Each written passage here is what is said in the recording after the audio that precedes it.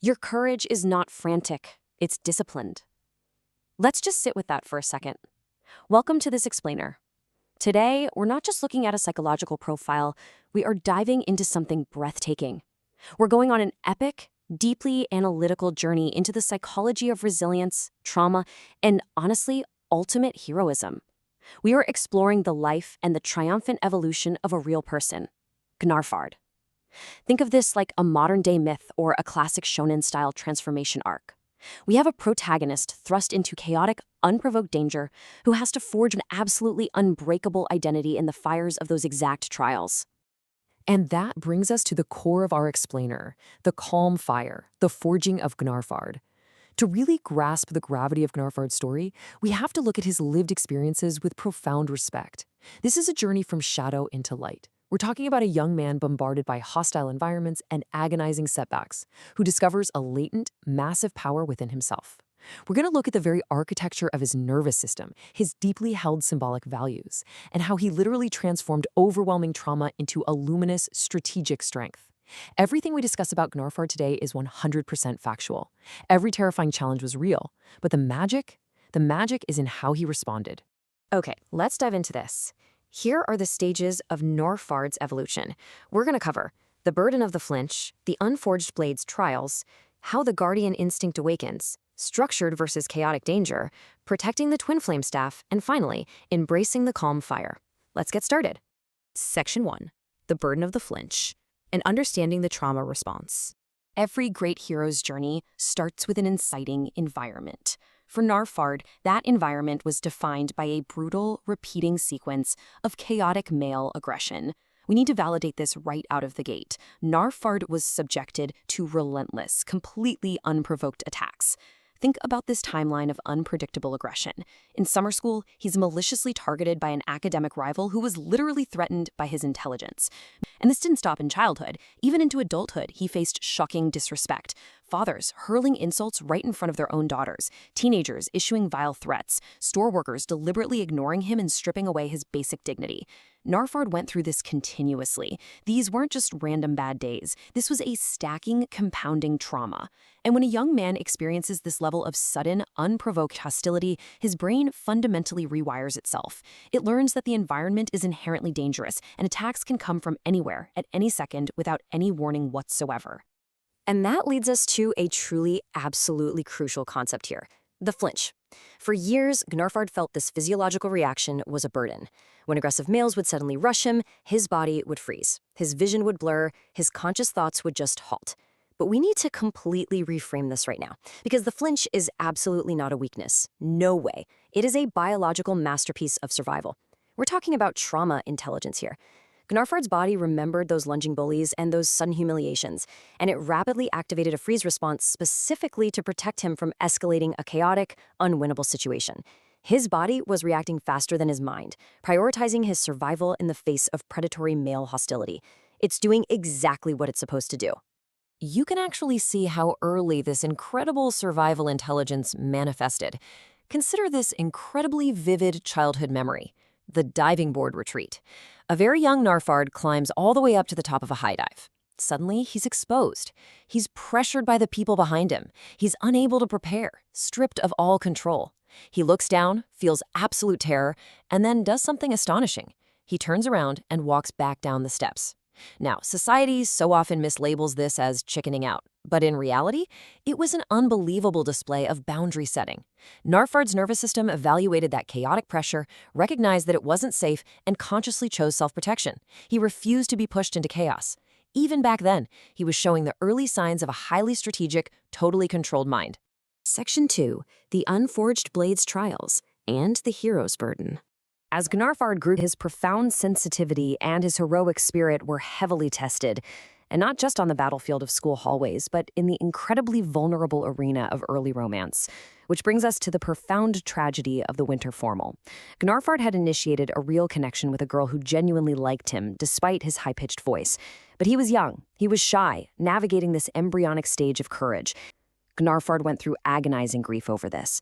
He deeply, painfully mourned the alternate timeline where he arrived a day earlier and saved her from all that suffering. He was carrying the incredibly heavy guilt of a hero who felt he just arrived too late. But we must be emphatically clear on this absolute truth. His hesitation was not cowardice. It was innocence. Grenalfard was a young hero whose sword was simply not yet forged. He was trying to perform a complex adult emotional act with a child's emotional toolkit. Furthermore, we have to recognize that the villain, the abuser, is entirely 100% to blame for the harm inflicted upon that girl. Evildoers don't wait for permission. They prey on the vulnerable. Grenalfard didn't fail her. He simply wasn't fully armored yet. It was a matter of developmental timing, an agonizing trial that added immense, profound emotional depth to his evolving protector identity. Section 3. The Guardian Instinct Awakens. Every shonen protagonist has that breakthrough moment, right? That crucible where their true heroic nature overpowers their instinct for self-preservation. For Grenalfard, this massive awakening happened during a highly hostile weight training class. Grenalfard walks into the class on day 1. His voice hasn't dropped yet, and he is immediately mocked and laughed at by a room full of dangerous, aggressive teenage males, literally the exact demographic that had traumatized him in his past. His immediate, highly intelligent instinct was to leave, to switch out of the class and survive. But then, he saw 2 other vulnerable boys in that room, boys who clearly had absolute bullseyes on their backs. And Grenalfard realized, in a moment of pure clarity, as he so powerfully stated, I realized that I needed to stay in the class to protect them. Let's break that down, because it's a monumental shift. His instinct to escape was entirely valid. It was his trauma intelligence actively evaluating a room full of hostile threats. But his instinct to protect completely overrode it. He saw those 2 boys and felt absolute solidarity. Think about it. Most people, when they're mocked, they retreat to protect their own ego. But Garfarda stayed, in the face of genuine physical and social danger, to take responsibility and protect someone else's safety. He consciously chose to become the shield he never had himself. He was unarmored, he was actively being mocked, but his purpose ignited. This right here is the undisputed mark of a heroic personality crystallizing into reality. Section 4. Structured versus chaotic danger, and the mechanics of focus. To truly understand how Grenalfard operates, we have to look at how his highly strategic nervous system parses different types of threats. And this is perfectly mirrored by his experiences in the intense universe of RuneScape. You might wonder, why does Grenalfard sometimes freeze, but other times completely dominate? Well, it all comes down to the environment. On one hand, you have chaotic ambushes. Think of a granite mall rusher and bounty hunters suddenly sprinting at him to deliver instant, unfair burst damage, or sudden bullies lunging at him in real life. This instantly triggers a freeze response. But contrast that with structured danger. Think of monumental bosses like RS3 Telos or Tz-Kal-Zuk, or contesting RS2 Blue Dragons. These threats are immense, sure, but they are predictable. They have mechanics. They have rules. In these structured environments, Grenalfard doesn't just survive. He absolutely thrives, conquers, and dominates. And this brilliantly illustrates his process. Grenalfard is a profoundly strategic warrior. To activate his courage, he requires a highly specific sequence. First, he must prepare and strategize. Second, analyze the variables of the battlefield. Third, find a meaningful purpose or objective. And fourth, once those are aligned, he commits fully and jumps off the diving board. When he has structure, his courage is totally unyielding. When he is ambushed without warning, his nervous system is robbed of the sequence, causing that temporary paralysis we discussed earlier. This strategic focus is actually so intense that it literally filters out peripheral threats. For example, in one instance at Castle Wars, Grenalfard was so laser-focused on his mission to return a looted flag that he ran to the completely wrong castle. In another instance, while carrying 400,000 GP to the Zamorak mage, he was so locked into his merchanting strategy that a PK'er completely ambushed him. Now, he didn't lack skill, he was entirely absorbed by his purpose, and notice his reaction to that ambush. He felt profound sadness and surprise, not anger. Why? Because a sudden chaotic ambush violently violates his honorable structure world. It's a direct affront to his strategic nature. Section 5. Protecting the Twin Flames Staff. We now arrive at the emotional climax of our explainer. Here, we witness a devastating in-game ambush that perfectly mirrors his real-world trauma, but ultimately reveals the triumph of his unbreakable spirit. Grenalfard stepped into the predatory arena of Bounty Hunter, wearing deeply symbolic Guthix vestments and wielding a rare Twin Flame staff. In seconds, he was ambushed and KO'd by a granite mall rusher. His brain immediately screamed, "Oh crap, oh crap, oh crap." Everything went blurry. He couldn't triple eat or switch prayers. But remember, this was not a lack of gaming skill. This was a literal visceral trauma response to sudden male aggression. The game pixels vanished, and his nervous system reacted exactly as it did when real-world bullies lunged at him. But look at the second half of that quote. Even while paralyzed by trauma, even in the absolute blur of an instant KO to save the Twin Flame Staff. You see, the Twin Flame Staff is not just an item in a game, it is a mythic, sacred symbol. It represents Garfard's unbroken protector identity. The fact that he saved this item while his nervous system was in full trauma lockdown is just breathtaking. It proves that even when he is momentarily overwhelmed by chaotic predators, his core identity remains completely intact. His instinct to protect what matters most stays online, no matter what. He walked out of a predatory arena having lost the fight, but he successfully protected his very soul. Section 6. Embracing the Calm Fire. Let's see how this all builds to the culmination of Narfard's arc, where the unforged blade is fully tempered into absolute strength.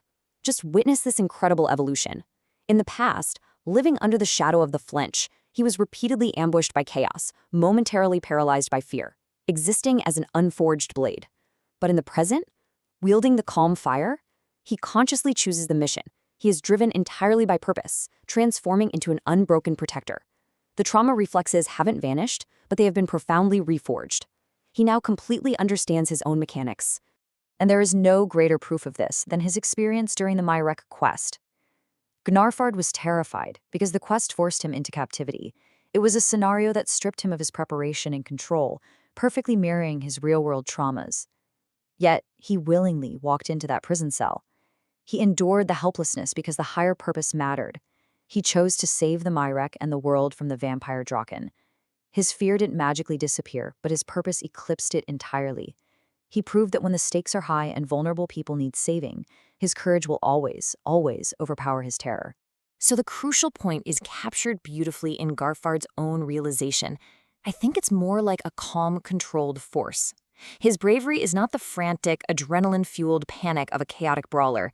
It is deliberate, it is deeply strategic, it is the steady, unyielding flame of a guardian who has survived the darkest shadows and emerged with the profound ability to choose his battles. He is, quite literally, a calm, controlled force of nature. Narfard's journey from a targeted victim of continuous trauma to a strategic, unbroken protector is nothing short of legendary. He has provided us with an absolute blueprint for resilience. He shows us that our trauma responses do not define our weakness. They actually map our exact path to strategic strength. So, as we conclude this explainer, I want to leave you with a provocative thought. Looking at Narfard's heroic blueprint, how can you transform your own trauma-induced flinches into a calm, controlled fire of purpose? Think on that. Thank you so much for joining me for this incredible mythic journey. Keep your fire calm and keep your purpose clear.